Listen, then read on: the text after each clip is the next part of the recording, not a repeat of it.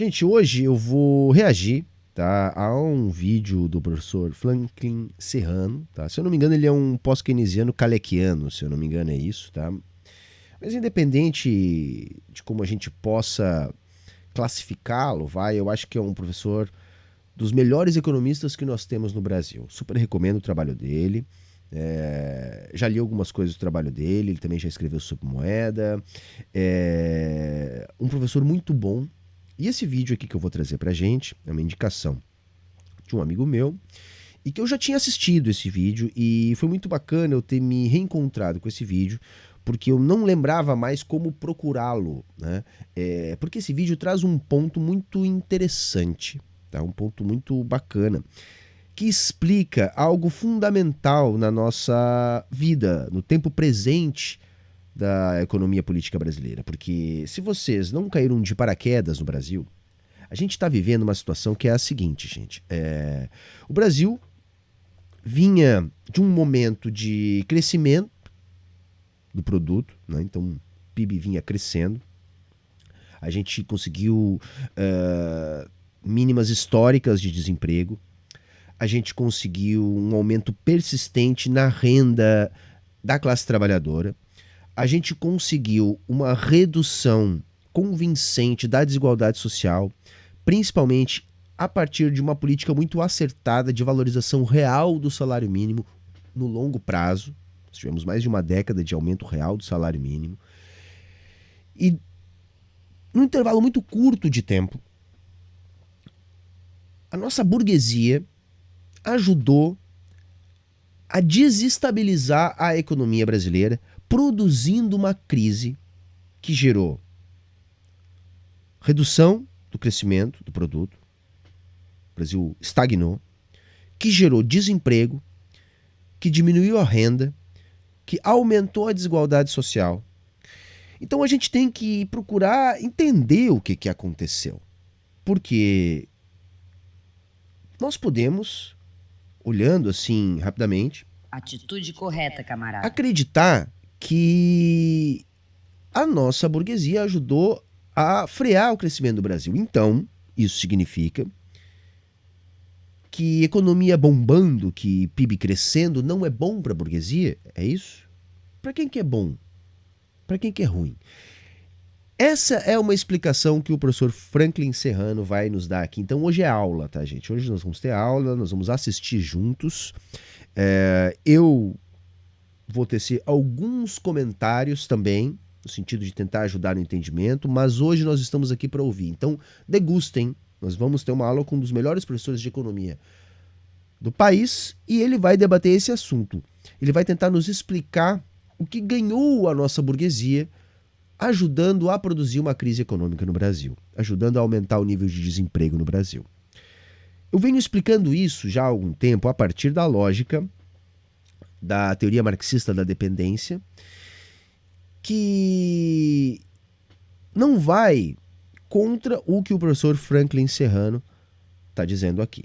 Tá? São explicações complementares, né? São níveis diferentes de abstração do mesmo objeto, do mesmo fenômeno social. Beleza, gente? Bom, vamos lá, sem mais delongas, vamos pro vídeo. Espero que vocês gostem. Bom, hoje eu queria falar sobre uma questão aparentemente muito abstrata, muito teórica, pode parecer estranho no início, mas que eu acho absolutamente fundamental para entender o que está acontecendo com a economia brasileira e o que não está acontecendo também. Só para esclarecer, o título aqui do vídeo é Quem gosta de crescimento é o trabalhador, tá? E ele está se referindo ao crescimento da economia aqui. Vamos acompanhar o professor. Evidentemente, a ideia é tentar explicar o que pode parecer um grande paradoxo atual, que é, sobre todos os aspectos, todos os indicadores da economia brasileira estão péssimos, vou entrar em detalhes sobre isso, mas o apoio da classe empresarial ao governo atual é total e aparentemente não afetado pela performance econômica deplorável. Isso tem uma explicação básica, também ajuda a explicar por que a economia brasileira está crescendo tão pouco há tanto tempo, desde 2015. que é, acho que o ponto central para entender paradoxo e essa situação vem de uma questão conceitual que muitos economistas heterodoxos muito competentes, keynesianos e kalekianos, eles infelizmente não percebem, talvez não dão a devida importância, que é que empresas capitalistas não fazem tanta questão do crescimento do capital investido. Aí já traz o primeiro ponto que eu gostaria que vocês prestassem atenção, tá? Ele começa a justificar o que ele vai tentar apresentar para a gente dizendo isso. Olha,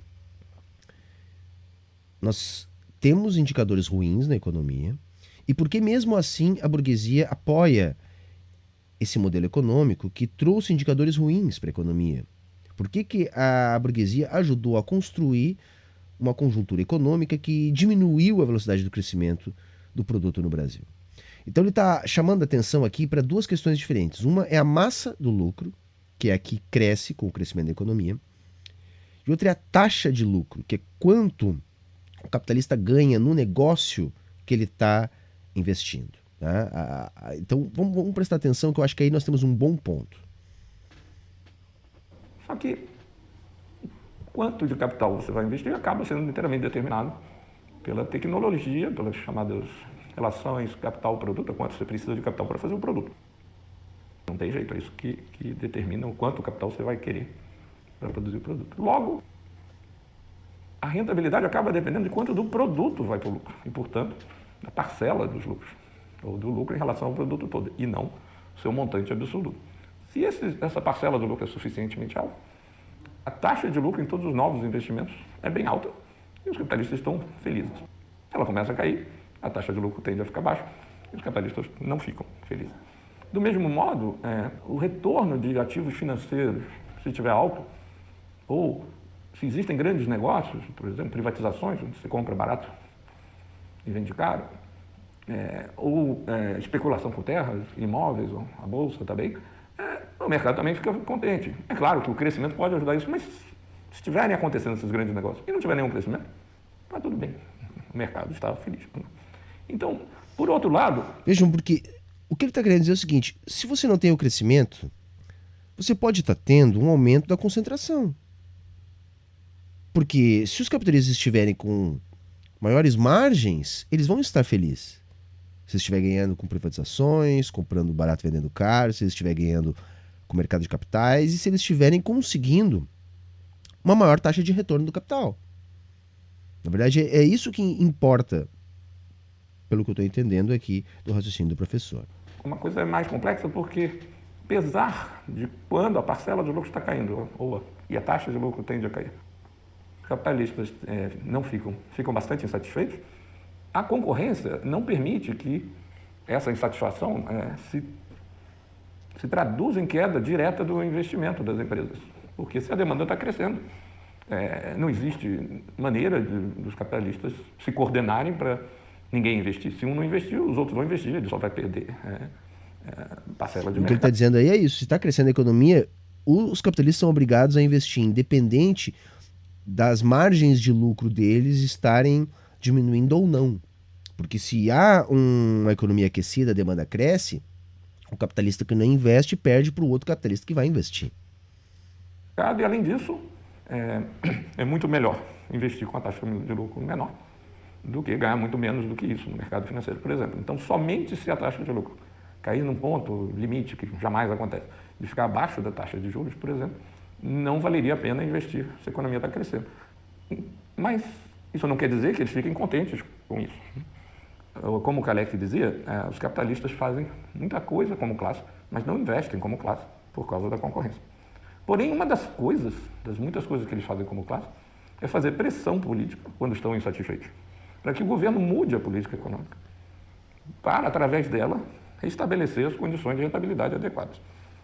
Esse é o que essas relações, o fato de que quem realmente precisa do crescimento econômico são os trabalhadores, que não apenas é necessário para gerar emprego, como o crescimento rápido do emprego permite a melhoria do seu poder de barganha, a negociação de salários melhores e condições de salário melhores. E aí tem uma outra questão, né, que é bastante kalekiana, que é as condições políticas produzidas pelo pleno emprego. né? Então, o Kalecki é talvez um dos primeiros a ter nos mostrado tão evidentemente o quanto o desemprego é disciplinador. Então, um país que vinha com baixos níveis de desemprego, com renda do trabalhador crescendo, com um setor de serviços cada vez mais dinâmico, isso também significava o aumento do poder político da classe trabalhadora. E aumento do poder político da classe trabalhadora significa aumento do poder de barganha da classe trabalhadora. A classe trabalhadora se valoriza enquanto classe. E isso também não é interessante para os capitalistas. E nesse sentido também pode ser interessante para os capitalistas estar produzindo uma crise econômica e aumentando o desemprego. Para as empresas, o crescimento pode ser bom ou não tão bom assim, dependendo dessas condições de rentabilidade. Na medida em que você parar de crescer, enfraqueça o poder de pagamento dos trabalhadores e crie um clima, um ambiente político que favoreça reformas que aumentem essa rentabilidade, obviamente os empresários serão os primeiros a apoiar o fim do crescimento econômico através da mudança da política econômica. Isso acho que é digamos, essas ideias são centrais para a gente entender o que aconteceu no Brasil. Por que a partir de 2015, sem nenhuma restrição relevante de balanço de pagamento, a economia simplesmente parou de crescer, o investimento privado desabou, mas depois que a demanda parou de crescer. E a demanda parou de crescer porque o governo mudou completamente o regime de política econômica ainda em 2015. Com os sucessivos golpes, né, que houveram depois, e os dois governos que se seguiram aprofundaram isso e seguiram no caminho das reformas. Mas por que houve essa virada lá atrás, que no fundo é a mais importante para a gente entender onde a gente chegou agora?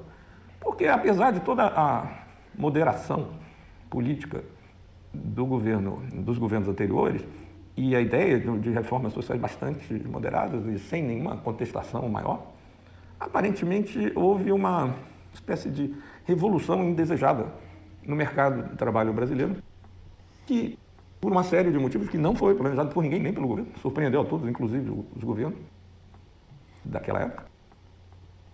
Em pouco tempo, o poder de barganha dos trabalhadores no Brasil ficou muito mais forte do que era no passado. Ponto importante que ele vai trazer agora aí, e vai falar também do setor de serviços, tá? Peço que vocês, por favor, prestem atenção. Citada por um conjunto de fatores que realmente ninguém previu. Primeiro, de um lado, tem uma coisa de longuíssimo prazo, que é a transição demográfica. Obviamente, o crescimento da força de trabalho no Brasil caiu muito exogenamente, assim, caiu bastante por motivos demográficos. O número de jovens chegando no mercado de trabalho, mas a isso se somou a política de valorização do salário mínimo e o aumento da formalização do emprego, que em parte foi decidido pela política econômica também, uma série de incentivos às empresas a formalizar trabalho e os próprios trabalhadores se sentindo incentivados também para ter emprego com carteira para foram incentivados a cobrar das empresas a formalização para ter acesso a crédito, que é uma vantagem de ter carteira. As próprias empresas fazendo o simples tinham elas também melhor acesso a crédito.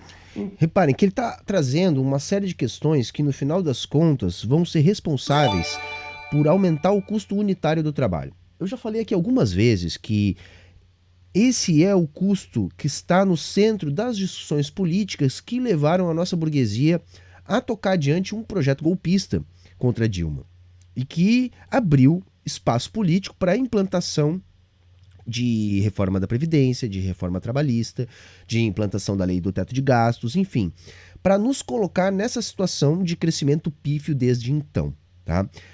Custo unitário do trabalho. A gente pode falar no português mais direto custo da mão de obra, custo da força de trabalho, custo dos trabalhadores para os capitalistas. Então nós tivemos um momento de crescimento do setor de serviços que veio em conjunto com essa série de outras questões que o professor Franklin está colocando neste momento. Então, uma mudança demográfica, mas também uma iniciativa do governo de formalização e de aquecimento da economia que produziu um salto não apenas quantitativo, porém qualitativo do trabalho. Ou seja, um salto de formalização do trabalho que foi bruscamente interrompido pelas contrarreformas da direita. Então vejam que a questão do preço da força de trabalho está no centro das discussões políticas que nos trouxeram até aqui. Então esse processo de crescente valor do salário mínimo, aumento da formalização da empresa diminuição da taxa de desemprego naturalmente levou à recuperação grande do salário. Só que isso foi reforçado pelo fato de que a expansão do estado de bem-estar social teve um efeito colateral não planejado por ninguém, que uma fração grande da força de trabalho que potencialmente está disponível para trabalhar, inclusive em condições bastante adversas, jovens, mães, mulheres, pessoas mais velhas, saíram da força de trabalho porque tinham um estado de bem-estar. Os jovens estavam tendo bolsas para estudar, em vez de estar mendigando ou aceitando qualquer tipo de trabalho. Mães de família que tinham que fazer trabalho fora, ser empregador doméstico, ou podiam cuidar das suas crianças por causa do bolso da família. Vai uma série de coisas desse tipo aconteceram que diminuíam o crescimento da oferta de trabalho, reforçando ainda mais o poder de barganha dos trabalhadores. Estou prestando atenção no que o professor está contando aqui para a gente. Ele está nos dizendo o seguinte: olha, a classe burguesa produziu propositalmente uma crise e aumentou o desemprego para diminuir o poder de barganha da classe trabalhadora, para pressionar politicamente o governo. E isso é o capitalismo, gente. Não tem nada mais capitalista do que isso. O Estado nada mais é do que uma marionete do poder político do capital. É o capital que consegue exercer tal poder político a fim de produzir uma mudança na política econômica, a fim de garantir os interesses da classe burguesa. E reparem, essa mudança na política econômica não podia alterar a relação que a nossa burguesia tem enquanto sua posição na divisão internacional do trabalho. Daí a relação que eu disse para vocês a ver com aquilo que eu recorridas vezes falo aqui da teoria marxista da dependência. Então houve aquilo que lá para Rui Mauro Marini, por exemplo, é a super exploração da força de trabalho, que se torna o único recurso para a manutenção dos interesses econômicos e políticos, portanto, da nossa classe burguesa, em momentos de readequação do Brasil à lógica da transferência internacional do valor na dinâmica do capital global. Então vamos seguir. Por outro lado, uma coisa que também ninguém esperava e que se manteve apesar da desaceleração do crescimento durante o tempo, foi um grande crescimento do emprego devido ao crescimento desproporcional do setor de serviços. O setor de serviços tradicionalmente usa muito mais mão de obra do que os outros setores, logo, mesmo com um crescimento mais baixo, o emprego continua crescendo e fortalecendo a posição dos trabalhadores. Porque isso, na minha opinião, é um resultado de um efeito de uma mudança radical dos preços relativos das mercadorias, que tem muito mais a ver com mudança no mercado internacional, o efeito da China, etc. Isso a chamada elasticidade de renda da demanda por serviços cresceu muito, porque, tradicionalmente, uma família de baixa renda, conforme a renda aumentava, ia direcionando quantidades cada vez maiores do seu salário à compra de bens de consumo industriais, de bens duráveis, etc. Só que a combinação do enorme barateamento desses bens, que é um fenômeno internacional que tem a ver com a China, um pouco com a taxa de câmbio aqui, mas principalmente com a China, e a expansão do crédito para os trabalhadores, levou a que rapidamente as necessidades desse tipo de bem fossem satisfeitas. Muito antigamente, a família só começava a comprar automóveis, por exemplo, com uma renda familiar muito mais alta do que hoje em dia. E isso desviou, e aí os acréscimos de renda foram cada vez mais para o setor serviços. As pessoas começaram a ir no cabeleireiro, a fazer cursinho de inglês, a ir para o shopping, etc. O que tem um efeito cumulativo. O salário aumenta, o emprego aumenta, facilita o salário aumenta mais, a demanda de serviço cresce, etc. Por mais que as pessoas reclamem, porque, por outro lado, a indústria não cresceu tanto, no mercado de trabalho teve esse efeito. Para o mercado de trabalho, se a produtividade cresce pouco, ótimo para os trabalhadores, porque você usa cada vez mais mão de obra, você usa relativamente mais mão de obra. Isso é bom porque você aumenta a quantidade de postos de trabalho, mas você tem dificuldade em aumentar o salário do trabalhador. Porque a produtividade, ela tem uma relação com o salário, gente. Então, assim, se a gente pensar, né, sei lá, a produtividade do barbeiro, né?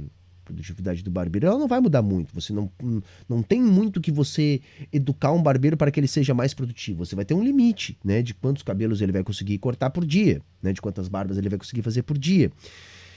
Então, como você tem esse limite, você também vai ter um limite de elasticidade de renda, né? A indústria é um setor mais dinâmico, onde você consegue ter maiores ganhos de produtividade, que por mais que os capitalistas se apropriem dessa produtividade, parte dela invariavelmente acaba sendo repassada aos trabalhadores na forma de salário. Então, eu concordo com o professor aqui, houve um crescimento da nossa economia, a gente teve um ganho do emprego, e a questão é que nós não qualificamos esse emprego.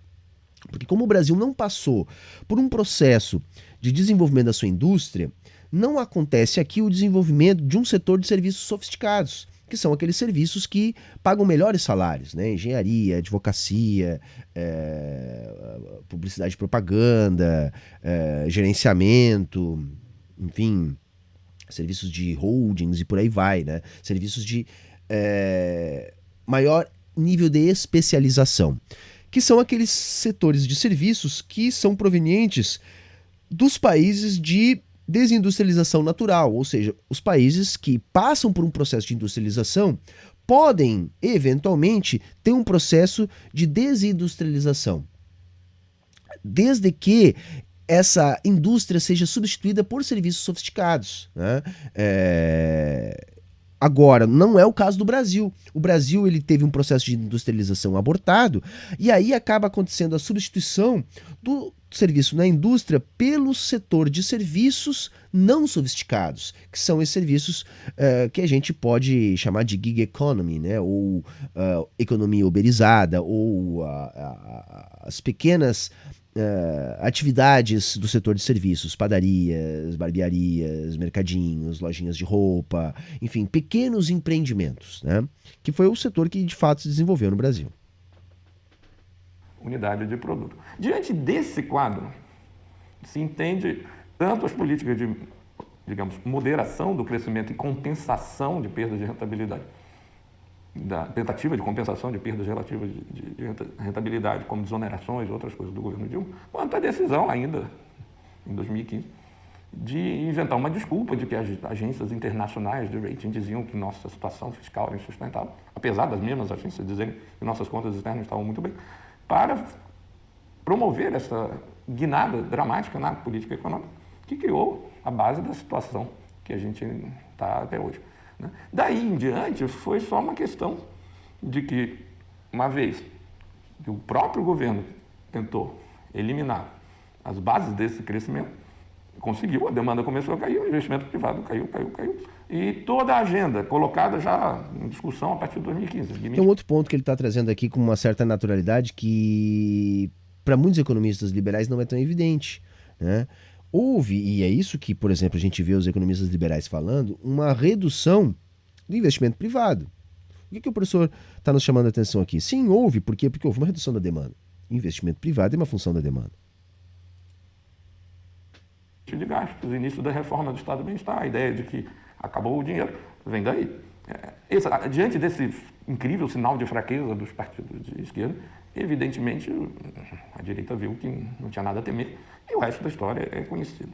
Então, nesse processo, a estagnação não é uma coisa inexplicável, um fenômeno econômico que a gente tem que pensar uma política econômica para sair dela. A estagnação é a base e é o objetivo da política econômica há muitos anos. E essa estagnação não é à toa. A estagnação é exatamente o objetivo de mudar o poder de barganha relativo dos proprietários em relação aos trabalhadores. Isso foi apesar de, evidentemente, a maior parte da população ser trabalhadora, no sentido específico de precisar do emprego para viver, no Brasil, diferente da Europa e outros países, a estrutura salarial é muito desigual. Assim, e frações consideráveis, com influência considerável da classe média, também estavam incomodados com essa melhoria geral do poder de barganha dos trabalhadores, porque os salários que estão aumentando muito eram os mais baixos e não os mais altos. E, portanto, a imensa hostilidade observada quanto a, por exemplo, o salário das empregadas domésticas e as melhores condições de trabalho formais para ela. Então, isso aí é um outro ponto, né? Eu estava falando antes da questão da elevação dos salários. Então, os salários que vinham aumentando mais, como chama aqui muito bem a atenção o professor Franklin Serrano, eram os salários mais baixos, que são os mais impactados pela redução do desemprego. tá? E pela aceleração do aquecimento no setor de serviços, porque os salários mais altos, bom, são esses que dependem do aumento, o que mais dependem do aumento de produtividade, né? E que dependem do estabelecimento de cadeias produtivas mais complexas, né? Então, que são esses serviços sofisticados, que são os serviços ligados à indústria, que são os serviços ligados ao setor bancário, setor contábil, setor de advocacia, setor de engenharia, setor de desenvolvimento de tecnologias. Esses dependem mais dramaticamente do aumento da produtividade, né? Porque no setor de serviços que não dependem de qualificação, o nível de renda vai aumentar a partir do momento que começa a ficar mais escassa a mão de obra ociosa. Conforme diminui aquilo que o Marx vai chamar de exército industrial de reserva, aumenta o salário do trabalhador. Então, esse é o salário que mais teve pressão positiva neste momento, que é exatamente disso que o professor está se referindo neste momento. Naturalmente ajudaram os representantes do empresariado a recrutar a classe média na direção desse tipo de política, coisa que, quando eventos semelhantes aconteceram na Europa no final da chamada Era do Ouro, do capitalismo, no início dos anos 70, nos países centrais, não tinha essa questão. Foi muito mais difícil fazer a virada, com muito mais conflito, porque não existia esse apoio de uma parte do que no final, embora eles queiram negar, são trabalhadores, aos interesses do capital. Então, aqui, o que a gente teve foi algo mais ou menos semelhante com o que teve na Europa nos anos 70, mas muito mais rápido. Nossa Era de Ouro foi muito curta. E a reação foi bem sucedida. E o nosso estado de bem-estar social muito inferior, né? Aliás, o próprio estado de bem-estar social europeu, ele só foi possível em virtude da existência do bloco soviético. A gente tem que lembrar desse detalhe. Detalhe que não existiu aqui na América do Sul. Aqui sempre fomos, todos nós, áreas de influência estadunidense, né? Onde jamais houve uma verdadeira ameaça comunista, né, concreta, como de fato havia nas portas da Europa no momento do estabelecimento do estado de bem-estar social por lá. Então nós temos que entender isso. Era necessário que os países da Europa, entre aspas, dessem certo, e era necessário que o capitalismo oferecesse para as nações da Europa qualidade de vida, a fim de conseguir se contrapor à qualidade de vida oferecida nos países do bloco soviético, coisa que nós não tínhamos aqui na América do Sul, um elemento que pudesse se comparar a isso. Muito mais rápido, porque teve esse apoio forte da classe média, que em última instância, direto ou indiretamente, depende, estão lutando pelo direito de preservar relações de trabalho doméstico absolutamente nada civilizado. Mas esse elemento falta muito na discussão atual de política econômica. As pessoas falam como se o governo estivesse cometendo erros de política econômica sucessivos e atrapalhando, não vê que está atrapalhando o crescimento econômico, está destruindo as bases da economia. Esse claramente é o objetivo. E por isso os empresários estão tão contentes. Não sou eu que estou falando, o presidente do Itaú deu declarações outro dia que nunca esteve tão bom. Não é, até para as pessoas entenderem isso. Infelizmente, muitas pessoas que apoiam eles não percebem com tamanha clareza o que está em jogo. Eu acho que essa fala é sensacional, gente. Porque é isso, assim, o Paulo Guedes não cometeu erros na economia, né? Do ponto de vista dos burgueses. Era um objetivo. É isso que o professor Franklin Serrano está nos dizendo aqui. Olha, eles não estavam equivocados, eles não estavam fazendo barbeiragens. Eles estavam fazendo barbeiragens do ponto de vista dos trabalhadores, né? Eles estavam ali destruindo a qualidade do emprego, qualidade da renda dos trabalhadores. E uma outra questão importante que a gente tem que pensar é o seguinte: existe competição entre os capitalistas. E numa situação de crescimento da economia, como a gente disse ainda no início aqui do nosso react de hoje, os capitalistas, vendo a demanda crescente, precisam também investir. E aí eles vão ter que lidar com novos concorrentes no mercado. Quando você produz uma situação de crise econômica, quais os capitalistas mais frágeis os menores, esses novos concorrentes. Então, para os grandes capitalistas, também há essa questão. Uma crise econômica do capitalismo sempre ferra com a totalidade da classe trabalhadora e com parcialidade dos capitalistas, ou seja, os capitais mais vulneráveis acabam também sendo engolidos pelos capitalistas maiores. Então, são os capitalistas maiores que, primeiro, conseguem manipular mais o mercado, conseguem interferir mais diretamente nas políticas e que produziram essa crise no Brasil deliberadamente, a fim de aumentar a sua taxa de lucro, tá? Sua taxa de lucro. Então, mesmo que tenha ocorrido uma redução da massa do lucro, houve um aumento da margem de lucro. Esse aumento de margem de lucro veio acompanhado de uma uberização do trabalho, então uma flexibilização das leis trabalhistas, que só tem algum sentido com o aumento do desemprego e que ainda por cima arrebenta com os capitalistas mais fracos que surgem em momentos de boom da economia. Então vejam uma funcionalidade da crise para os capitalistas.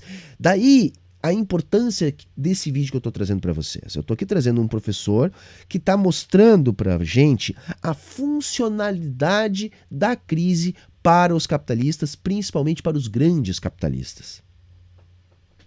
Então, a discussão atual, sem essa parte, sem essa economia política, fica estranha, porque é uma questão de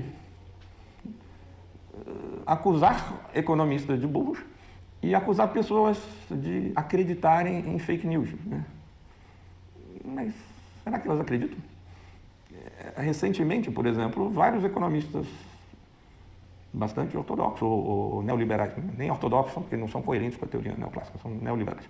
Eles estão começando a pedir que o governo relaxe um pouco as políticas fiscais, etc. Estão preocupados com a recuperação da economia. Como é improvável que essas pessoas tenham subitamente se reconvertido à economia heterodoxa, vários deles foram heterodoxos no passado, viraram ortodoxos agora, estão flertando com essa com essa ideia de que pelo menos no curto prazo vale a pena fazer alguma coisa. Certamente não é porque ficaram inteligentes, eram burros ou deixaram de acreditar em, sei lá, fake news ou coisa parecida. É porque, apesar do que eu falei, existe um limite, né? Existe, assim, o limite é não perder as eleições. Então, o ideal não é que a economia nem cresça tanto, que leve ao poder de barganha mais forte e isso comece a afetar o próprio processo político, nem tão pouco que aconteça o que já vai acontecer na Argentina, que vamos mandar essa gente embora para casa. Então, essa preocupação com isso, somado ao fato do imenso sucesso absolutamente espetacular deste projeto. Nos anos 90, o presidente Fernando Henrique Cardoso disse que gostaria de enterrar a herança de Vargas. Não só ele não conseguiu, como a herança de Vargas foi aprofundada, né, ainda mais na direção à esquerda, pelos que sucederam o presidente Fernando Henrique. Agora ele deve estar feliz, porque devia pelo menos... Agora conseguiram, é isso. Agora eles conseguiram, né? Fizeram o que o FHC não conseguiu fazer, né? Precisou vir um golpe, um governo ilegítimo, como o do Michel Temer, para conseguir fazer aquilo que o Fernando Henrique Cardoso prometeu e não cumpriu. Porque a capacidade dos últimos governos de enterrar de vez a herança de Vargas tem sido muito espetacular. Ninguém poderia esperar que reformas tão radicais, um desmonte tão grande do aparato desenvolvimentista, dos instrumentos de política econômica e da legislação trabalhista e a reforma da Previdência, etc., passasse com tanta facilidade. Eu acho, então, que essas considerações são importantes para a gente ter em mente e não ter uma interpretação tão ingênua de que o problema do Brasil atual é uma guerra cultural ou ideológica, no sentido de valores muito genéricos. Se trata de interesses muito concretos que, naturalmente, para apoiar interesses que vão contra os interesses da maioria da população, naturalmente, os serviços como apoio da Igreja Universal, etc., são requisitados pelos representantes dos interesses da classe proprietária. Natural, é assim, as economias capitalistas há muito tempo não tem motivo nenhum para ser diferente no Brasil agora. Então, o que eu acho que a gente tira dessa historinha toda aqui é que a gente, eu acho que tem que parar de pensar que os empresários realmente se preocupam muito com o crescimento, que estão loucos para a economia crescer, e se a economia não cresce, eles vão tirar o governo. Não é assim, é claro que tem um limite, mas o limite Isso é uma daquelas coisas que eu vivo repetindo, da inexistência de uma burguesia industrial brasileira, de uma burguesia nacional. Hoje a nossa alta burguesia é a burguesia herdeira da elite escravocrata colonial, elite escravocrata imperial. E hoje ela está ou no agronegócio ou no rentismo. Então nós não temos uma fatia da alta burguesia industrialista capaz de peitar os interesses dessa alta burguesia que dá as cartas no Brasil. Então vejam, quando a gente teve um momento de crescimento da economia mais longo, com o aparecimento de novos burgueses, de novas perspectivas de mudança política, mesmo a nível burguês, nós tivemos a interrupção deste processo violentamente.